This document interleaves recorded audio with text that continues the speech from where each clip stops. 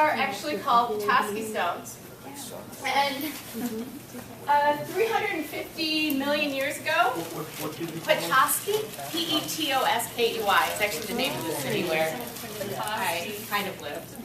And Petoskey stones, it's a fossilized coral. And 350 million years ago, the Great Lakes area was covered in a shallow sea. That's because it was down by the equator, because plate tectonics hadn't, separated all the continents yet. It was a very shallow, warm sea, and some of the first life that lived there were these corals. And this is actually a colonized coral, and it's a fossil.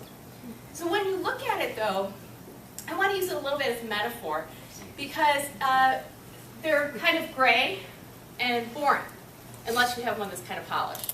So some of you have those, sorry.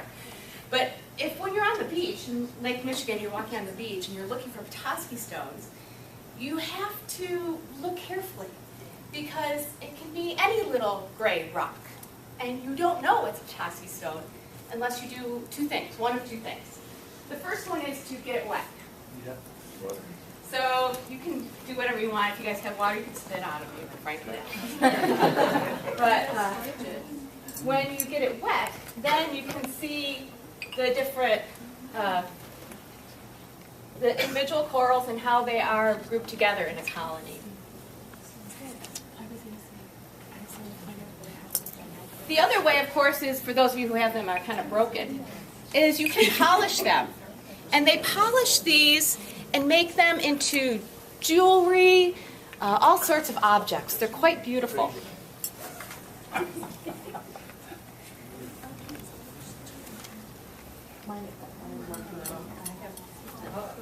Brave ones use water. That's what you do, when you're walking along the beach, you can throw it into the water.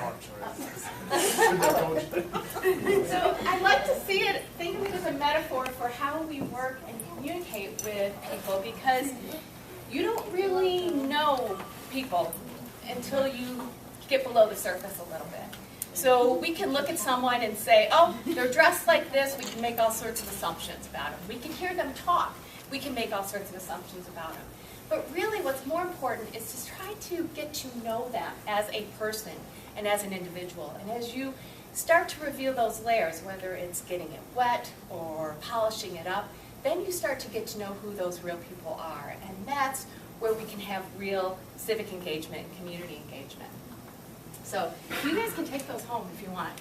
And if you didn't get one, I'll see if we can break one of those big ones maybe. And then we can take wow, now she wants to break you. Michiganders, there we go, Mandy can give hers up, so if you want to.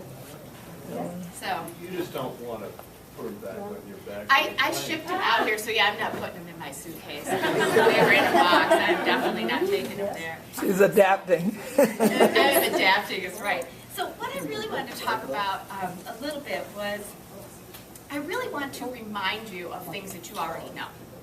These are things that you already know, and it's just going to hopefully click and say, yeah, that's right. That's what I know already. And I think the first thing when Freshwater Future, what we do is, with our climate program, we have three basic components. We do climate symposia, where we train folks about climate adaptation. We give out grants. We give community groups, grassroots groups, small grants to actually do climate adaptation. And then we provide some resources, and we'll go through the toolkit today. And there's pros and cons to just providing resources, but hopefully in the second session we can show how we put together our symposia and how we have used those resources in a way that is meaningful for folks. So the first thing, though, is we, as a staff, we're spread all over the Great Lakes, but we realize that the impacts of climate are really going to be hitting in the urban areas. And traditionally we had done a lot of work in the rural areas around the Great Lakes. And we thought, the rural areas, they've got more resources, they're going to be able to figure this out. The urban areas, I don't know. Who's working with the grassroots groups there? And so we made a conscious effort to do that, but then we said, oh, we don't know anything about working in urban areas. And we don't really know people, and some of us were like, oh, there's different races there, they speak different languages, what are you supposed to do? And so first thing we said, so I think we need some help. Like, how do we do this? So we actually got some EJ training for our staff. Not a lot, but enough. And the basics was, okay, well, it's good to understand these things and to know what's going on. But the most important thing is actually to get out there and start building those relationships. So that's what we did. We started calling people we knew. In Detroit, we called Sierra Club. We had a great contact there. She said, oh yeah, I'm doing all sorts of great work. Oh, you have resources? You can help? And we said, yeah. Okay, great, yeah, I'll introduce you. So at our first climate symposium, she actually helped us and brought in folks. So I'll get into that in just a minute. And I do want to keep on time, because I don't want to 11:30. Okay, so I'm going to make sure I leave enough time for Jackie here too.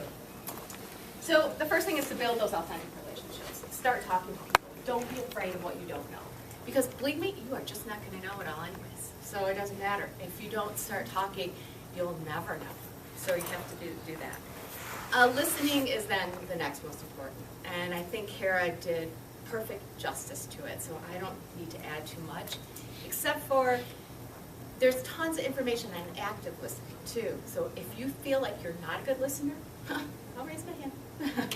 I will look up active listening. I have been to that other MIT site, and it just is a good way to remind yourself, what does it mean to listen? What does it take? And it can often be some of the perfect things that I like to do is remembering to just pay attention, to not be making my to-do list. Okay, I have to take the cat to the vet, I have to buy this at the grocery store, all while somebody's talking to me. You want to show them you're listening. Most of us can do that fairly well. Providing feedback in a good way, not a judgmental way, so asking questions. What did you mean by it? Or what I heard you say was this, is that right? Or did I misunderstand you? So really taking that time to acknowledge what they said so that you understand where they're at, and then it allows you to take it to that third level that Carol was talking about, to get to that empathy point. And I think most importantly, as advocates, I don't know how many of you are advocates, I bet almost all of you, except for maybe some scientists, which are getting most of that now. But as you're an advocate, I find myself, I listen to people and I am already, oh, you are so wrong, or you are so right, and figuring out how to judge what they're saying and react to it in an activism role. And so that one for me is a really important one to stop. Do not judge people by what they're telling you. Just listen, ask questions, try to figure out where they're at. And then I think the other thing is you have to build trust with people too. It's not going to come instantly. So it takes time.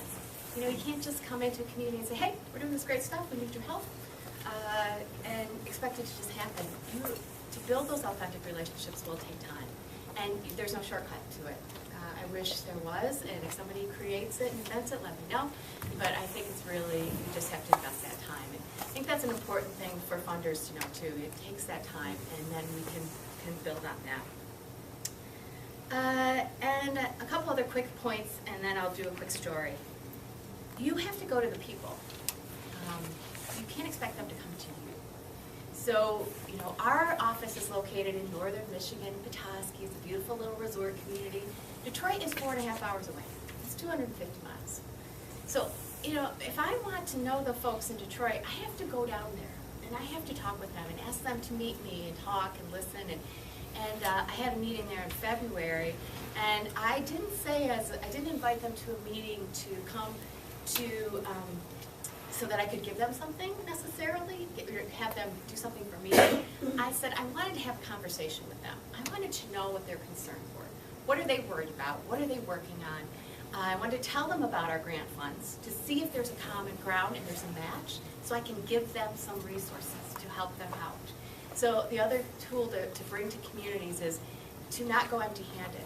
You need to give something to them right away, whether it is a meal, money, something that they authentically need too, really need. It can't just be what you think they need. But that can be a starting point. So all the other basics, of course, are honesty and respect. And I'm going to tell just a quick story. And some of these pictures are actually from two communities. They're from Syracuse and Detroit. I'm just going to put them together up her groups. One of the people she talked to was the West Grand Boulevard Collaborative. They're a group of neighborhood group worried about safety, beautification, access to water, and And she first said, well, what do I want to go to a climate symposium about? So that's one lesson for me still, because we're still calling them climate symposiums, so I think I'm going to probably change that in the future. But she said, and Melissa said, just go. They have some grant money. Go find out, see whether there's going to be a good fit for you. So Deborah came to the meeting. She said, you know, her main goal was just to make her neighborhood better. She left the symposium thinking it is all about the water. It is all about the water, that the water was the connecting point to not only her neighborhood, but to the entire city and to the region as a whole. So it worked for her, but it worked for her because of how we did it.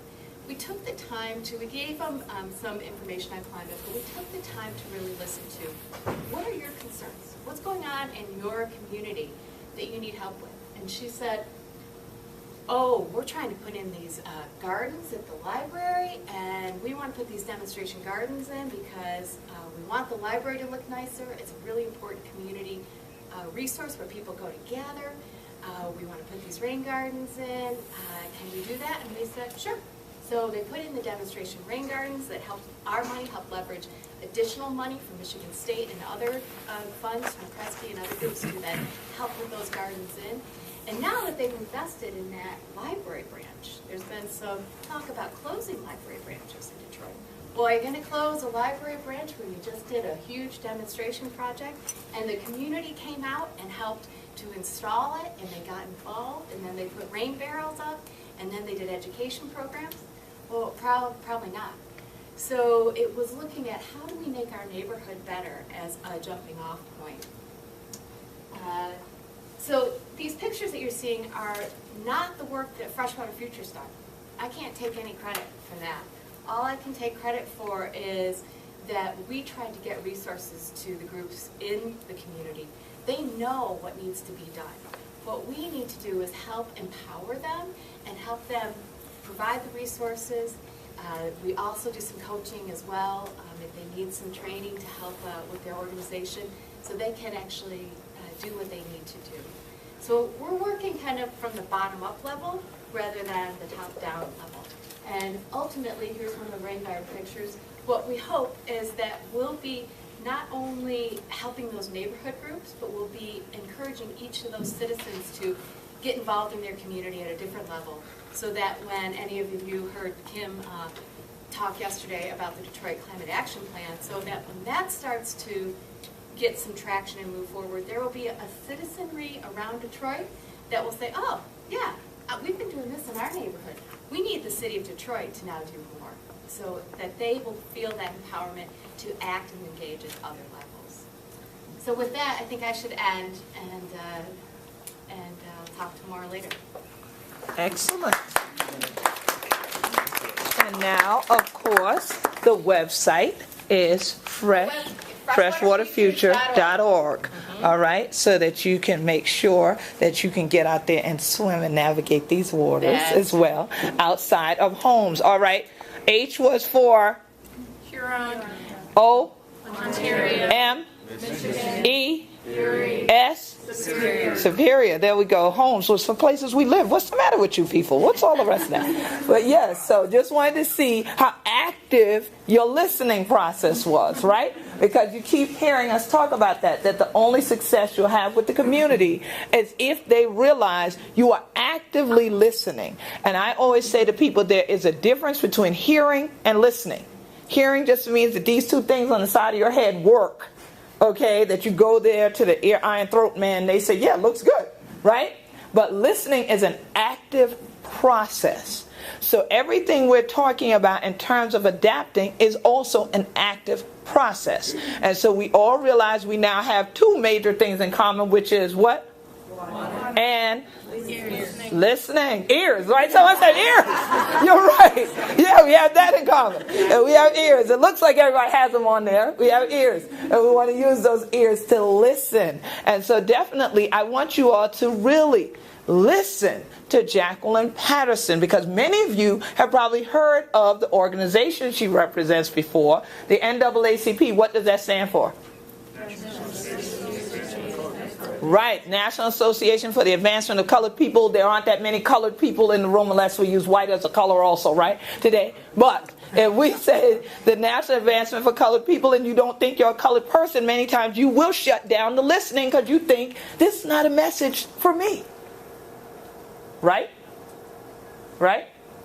Guys heard it when she said size didn't matter. I know y'all heard me just ask that question. Okay, so sometimes if we think that we've already heard about something and we think we know what it is, we're only at that first level, right, of listening that Kara spoke about.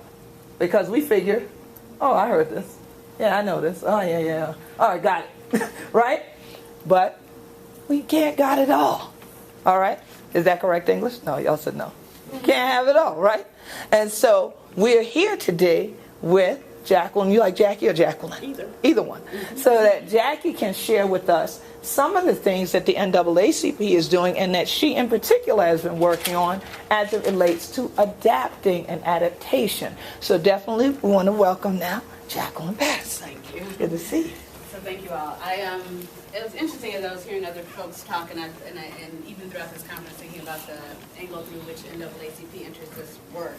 And a lot of our focus has been around disaster, and so I will be speaking very specifically around disaster adaptation planning. So this is just kind of an overview, I guess, from beginning to end in terms of what I'll be talking about. So I want to kind of give you this equity and justice within a human rights framework, talk a little bit about what the equity and justice issues are as it relates to disasters, and then in the afternoon I'll talk a little bit about applying a legal framework to how we're addressing these issues. Because I don't even know, maybe at the beginning of the afternoon session we can do introductions, because it'll be great to get a sense of who's in the room a little bit.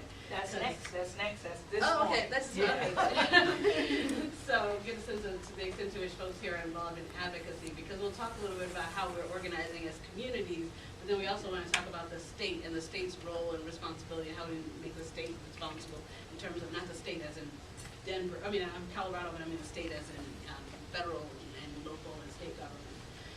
Then we'll talk a little bit about. I'll talk a little bit about models now in terms of disaster planning, equitable disaster planning, and then at the end I'll share some resources for your disaster equity planning. And hopefully we have a sign-in sheet, because I'll be able to email those resources to you because they're URLs. Okay, great. So just some of the.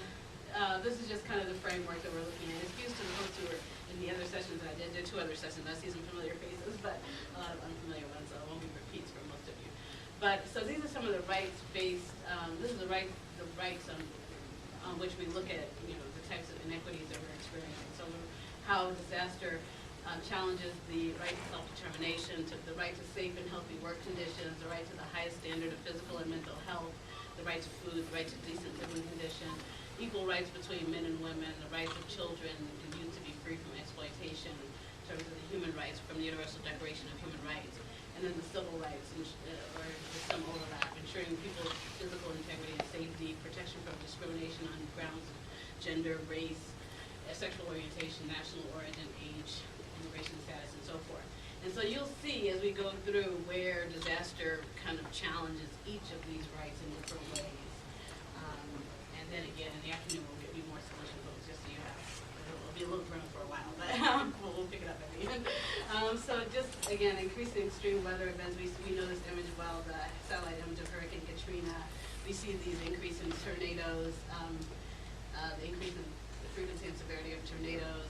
This used to actually be a road. It's in Port Gibson, Mississippi. It looks kind of like a beautiful scene, like if you make a nature hike and come across a beautiful lake, but it's not at all. No water whatsoever. So that used to be a road. And then the heat waves. We see that kind of scorched pavement that used to be, rather, fertile ground. And then we see this typical image of a heat wave and folks trying to get relief in the urban areas from fire hydrants. So I want to just talk a little bit about kind of differentially impacted groups as we talk about kind of this equity framework and what folks are most impacted and how. So people who are kind of not of the dominant culture, we'll talk about examples of how. People with different immigration status, individuals with physical and mental disabilities, sorry about the formatting, persons who are elderly, women, and then differently pregnant women as well, children, prisoners, and formerly incarcerated persons, economically disadvantaged persons, people of color, undocumented workers, and people with language barriers. And again, I'll go into some examples for each. And these are some of the areas of vulnerability for some of those groups and more. But political power, and I'll give an example later on of kind of levy system issues, community infrastructure, economic status, underinsurance for housing stock, and people living in floodplains and in pre-existing health conditions. So this is a home that was in Tunica, Mississippi, and it was underwater. Now it's now in this picture it was a couple of weeks after the flooding that took place. What struck me about that is that there are a number of people who were low-income African-American folks who bought who the developers came through, built these knowing that it was in a floodplain and sold it cheaply to this group of folks who bought it because, you know, that was what they could afford. They weren't informed that it was in a floodplain, and who knows, even if they were, whether they just would have taken a chance because that's, again, what they could afford and they needed homes. But two things happened, two things there. One is the fact that it was in a floodplain and ended up flooding, but then two was the fact that after it did flood, people weren't told that not to go back into those homes that were contaminated after the flooding. I had been to many other places and everyone had been told. In this community, no one was told. FEMA had been through there and they didn't warn them not to go back in. And so this was just maybe 10 days after the flooding, and people were in there, they were just kind of shaking things out again, hanging them out to dry, you know, not really recognizing the toxicity there. So both in terms of the vulnerability and in terms of the response and the differential response. Poor housing stock is another issue. And this is a trailer home that used to be very far away from where it is now. It actually blew in the tornado over several yards from where it was and was stopped by those trees. And again, people who have low income, who can only afford this level of housing stock are much more predisposed to the damages from these extreme weather events. Similar with this home, again, destroyed by the tornadoes. The differential preparation that's available. This is the home that was fortunate to get the information about where to get the sandbags. There were sandbags, etc. Other communities we went to didn't know that there were sandbags, or there weren't any sandbags, and didn't know that they were eligible to get the sandbags. So again, just kind of in terms of access to information, there's a lot of variability and inequities. Pre-existing health conditions. A number of communities have a higher level of these different health conditions that both make disasters harder on them in terms of higher rates of mortality, but then also makes post-disaster situations harder because if you're HIV positive, you don't have access to your ARVs. If you're diabetic and you have a certain diet, or high blood pressure and you have a certain diet and you don't have access to the foods that you need, because those post-disaster diets are atrocious. So people with pre-existing health conditions are differentially impacted there. Just the same people who are elderly, actually during disasters and in the aftermath, because of the extreme temperatures, the exposures to infections that are different after disasters, interruptions in medical treatment, like I said, and just emotional distress, the elderly folks who are definitely have issues of inequities there. This I brought in because this kind of points out, there's a lot of things we'll talk about laws and so forth and kind of the rights that folks have, but this story is one of kind of a basic humanity story, because this is where a site of where a home was, where a woman was living with her son and a cousin was there, and a neighbor. And when the tornado came through, they went next door to they were African-American family, they went next door to a white church, and they tried to get shelter at the church because other people were sheltering at the church. And the church actually turned them away. And they went back to that home, and the home was destroyed. They were all kind of flung out onto the street. 3 out of the 4 people died. The mother, the cousin, and the neighbor all died, and only the young boy was left living after that tragedy. And similarly to that, in the aftermath of Hurricane Katrina, African-American evacuees tried to cross the bridge to get to Gretna, and were stopped by armed police because the city of Gretna said that they didn't want them to come and shelter there. So again, just some basic humanity things that even rise above laws that we need to be thinking about as we do our kind of community building adaptation plans. This is another kind of important intersection, because this is a poor African-American community in Port Gibson. That is a nuclear facility in Port Gibson, and that nuclear facilities and other toxic facilities and hazardous facilities are disproportionately located in both African American communities, communities of color, and low-income communities. And actually, a lot of people want to kind of say that that's class, not race, but there's some places where it's distinctly race. For example, an African American family making $50,000 a year is more likely to live next to a toxic facility than a white family making $15,000 a year. So it's important to kind of know that there's some specific race issues as well as income. But that's an important situation because that facility was in jeopardy of being breached by the flooding that was happening there.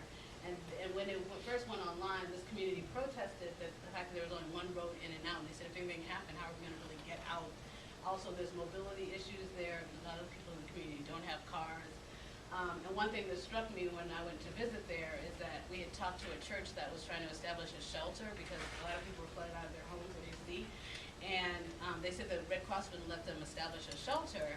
And that was important because then I saw in front of City Hall there was two Red Cross workers who were just kind of set up like with a table and two chairs, compared to other places I saw where they had disaster recovery centers and church centers or gymnasiums and so forth. So I asked why the difference, and I got the same answer for both scenarios, and that's that the Red Cross isn't allowed to establish operations within 7 miles of a nuclear facility. So I was like, wow, so the people it's okay for the people to live there, but even the disaster workers aren't allowed to set up operations to serve the folks who are in distress. So it just gives you a sense, again, of the inequity that the political marginalization might be responsible for the fact that the situation was allowed to exist. And again, with mobility issues, 1,800 individuals died because they were unable to evacuate. People with special health conditions, low-income African Americans, not able to evacuate because of mobility issues. Then issues of prisoners' rights. In the BP oil drilling disaster and also during the flooding of 2011, there were a lot of situations where prisoners were being used to do labor and not being given the right equipment in hazardous conditions and not given the proper protection. Also, in the wake of Hurricane Katrina, there were situations where deputies left their posts, leaving prisoners in locked cells when Hurricane Katrina came through, and they literally had to break windows and carve holes in the walls just to kind of get ventilation or to get to safety.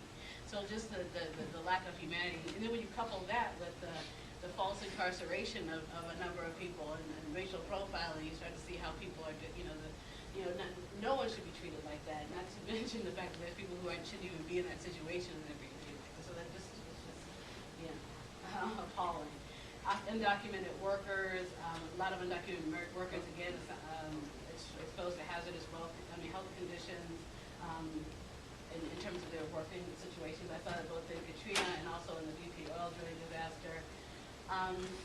Also, in the heat waves of 1995, as you know, over 700 people died. African Americans were 1.5 times more likely to die because they were impoverished, segregated, and lacked the social capital necessary to get the resources that they needed to cushion themselves from the heat waves. Then, almost wrapping up here with gender impacts. A lot of people around the world, people are very much recognizing the intersection of gender and disaster, gender and climate change in general in different ways, but specifically gender and disaster as well. Women are disproportionately poor compared to men and already predisposed to insecurity and displacement. The health impacts shift with family roles because women are often in the roles of caretakers. Violence against women spikes in times of disaster, both domestic violence as well as sexual violence. And then also, not just women in terms of diversity and sexual identities, issues with trans persons in shelters were quite prominent in some of the shelter work that I did after disasters. That's something that people don't even necessarily think about or definitely don't cater for. And it's kind of women, men in terms of the sheltering system, and it just doesn't really work very well when you're a trans person. So. Just one example. So then I'll just wrap up with a couple of issues around differential relief and recovery of things where, again, inequities are further compounded. There's existing vulnerabilities, there's a differential impact of the disaster itself, and then there's a differential impact of the way relief and recovery is done. So one is just what's available to people after disaster. So one is just employment and security. This is what was a restaurant. You see the roof there. And so you look at that roof, and as we sit there looking at it, we thought about the fact that the people who own owned the restaurant, no doubt had insurance, but what about the people who are working in the restaurant, and that amount of time they're going to be unpaid workers? They don't have anything to cushion against that, and they already are economically insecure. And similarly with casino workers. And then we talked about criminalization that happens. So before I was talking about prisoners, but then there's also in disaster times, you see the people who got shot on the bridge, and during Hurricane Katrina, there's a lot of kind of hyper-policing that happens after disaster. In the shelter system, it felt like people were on lockdown. People were being herded in a way that, and they were armed guards and so forth. And that's the kind of atmosphere that you see in the post-disaster context. Even when we were there trying to help folks in Alabama, we were actually followed by the police because it was like, well, what are these people doing in this area? Are they looting? So again, and then just issues of right to return. I mean, I stood out looking out over this land where all of the houses were just completely decimated. Like, who's coming back to that? Who's able to have the insurance that they need to rebuild? This is a family called the Clark family. That house they had just built 8 months ago, and they were cowering in the hallway. Those tiles, when the disaster happened, and the roof was flying off, and it was her and her husband and her grandchild. And after this, when all was said and done, when they looked at their insurance and they looked at the money that FEMA was going to give them, and they knew that they weren't going to be able to rebuild. I mean, literally 8 months after they had put all of their life savings into their dream home that they had moved to out in the country when they had been living in the city in an apartment. And they said they're going back to that apartment, and after that, so. And then this is, can anyone guess what this is? Pardon? Yeah, thank you. It's a landfill site, so it's garbage. This is mixed garbage from the BP oil drilling disaster, and it's one of 9 landfills that the oil drilling disaster went to. And this is the diagram of where the waste went. Disproportionately across the board, the most waste went to the communities with the highest proportion of people of color in those communities. And like one analysis might say they purposely were dumping on communities of color, but the fact of the matter is the way landfills are sited, they're already disproportionately in communities of color because of low property values in those communities. So then when this kind of hazardous waste and the various waste runs from the BP oil disaster, it went into those landfills. Some of those landfills have been cited multiple times for various, infractions and so forth. And this is where they were, smack dab in these communities that were already compromised by all the various issues that I told you about before. So just to wrap up a little bit with challenges for people who are differently abled, people with hearing impairments. Most of the shelters didn't have, 80% of the shelters didn't have the text phones, the TTY phones. 60% of the shelters had no television with with open caption capability. 56% of the shelters posted announcements that were otherwise made verbally. And then American Sign Language interpreters were available in fewer than 30% of the shelters. And I can say from experience, as a person who had one course in American Sign Language, I ended up being the American Sign Language interpreter for my disaster recovery center, which was pathetic to say the least. And everybody was relying on me, and there's a high number of people with hearing impairments who live in the New Orleans area. So after Hurricane Katrina, it's very much in demand, and they just did not have the facilities for it at all. In terms of people who had physical issues, only 5% of the temporary housing was accessible, but 25% of the people who were in need of shelter needed accessible housing. So again, just the multiple inequities, and then I keep saying I'm wrapping up. I keep thinking I am. But I am this time, sure. So the last couple slides is just looking at people who are able to respond. Hopefully you can see this on the picture. But down to a person on the right side, the people who are getting the food, every last person on the right side is African American. Every last person on the left side who was handing out the food was white. This is in Huntsville, Alabama, in the wake of the tornadoes that happened a couple of years ago. So that just struck me, and even this white man here, he's just fixing the plates. He's part of the helping degree. And so that just struck me in terms of just, who's able to recover, who was most affected, who was able to kind of bounce back and give, or who wasn't affected at all, and they were able to kind of give this assistance.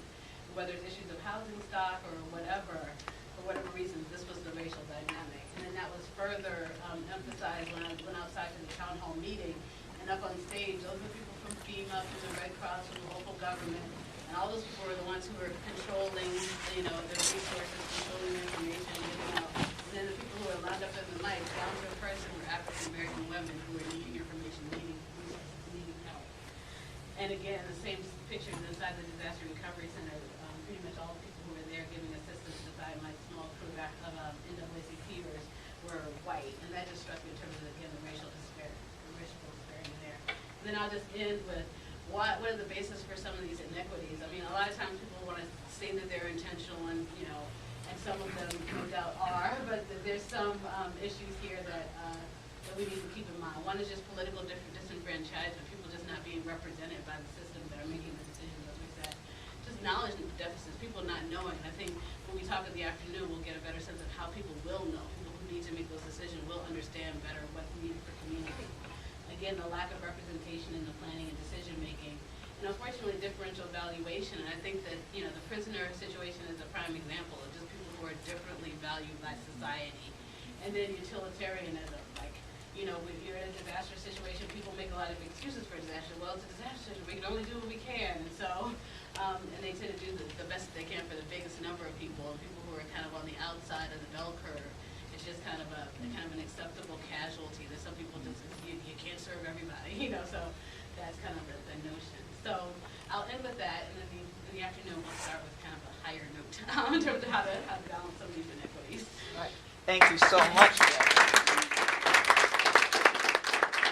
And I think we have really come full circle, because all of what Jackie has concluded with makes you understand more of what Kara started with in terms of some of the barriers that we want to help in this circle to overcome, not just nationally, but God willing, globally as well.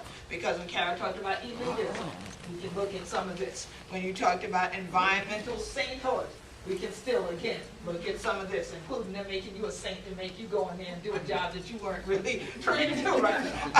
And then talk about fatalism. Again, oh my God, what can I do? There's nothing I can do. It's too much. It's too overwhelming. Cognition. Again, where is the understanding of what happens when we talk about structure? Remember when I mentioned that from the article in the Yoga Journal? Structural issues that we're dealing with. So it's much bigger than us in the room. And then the overload. So that's why with the circle here, we can help each other pick up the load and share part of it. Another Gullah Geechee proverb is, empty sack can't stand upright long. If I were to take a bag, let's see, I don't have just a regular old plastic bag. Do we have one? Maybe All right. a little Yes. plastic stain. Right. Now notice that when it was on the ground, it's not doing much, right? And if I grab it this way, it's still not so easy to put something into, right? However, help me out, sir. Now you see that? That bag did not get up off the floor by itself. But then you see how much easier it is to open it up, to put things into it when we work together. You see? And so that hopefully what you'll walk away with this afternoon will be a spiritual, a physical, or mental bag filled with good things, good practices that can make you not feel so overloaded after this. That will have more cognition about what we can do wherever we may be located to change the inequities that we've seen here so clearly outlined. Now I'm sure you are well aware of a lot of them, but learned more of before you even entered this room today and went from your line to your circle. All right? And so we hope that you'll help us broaden the circle.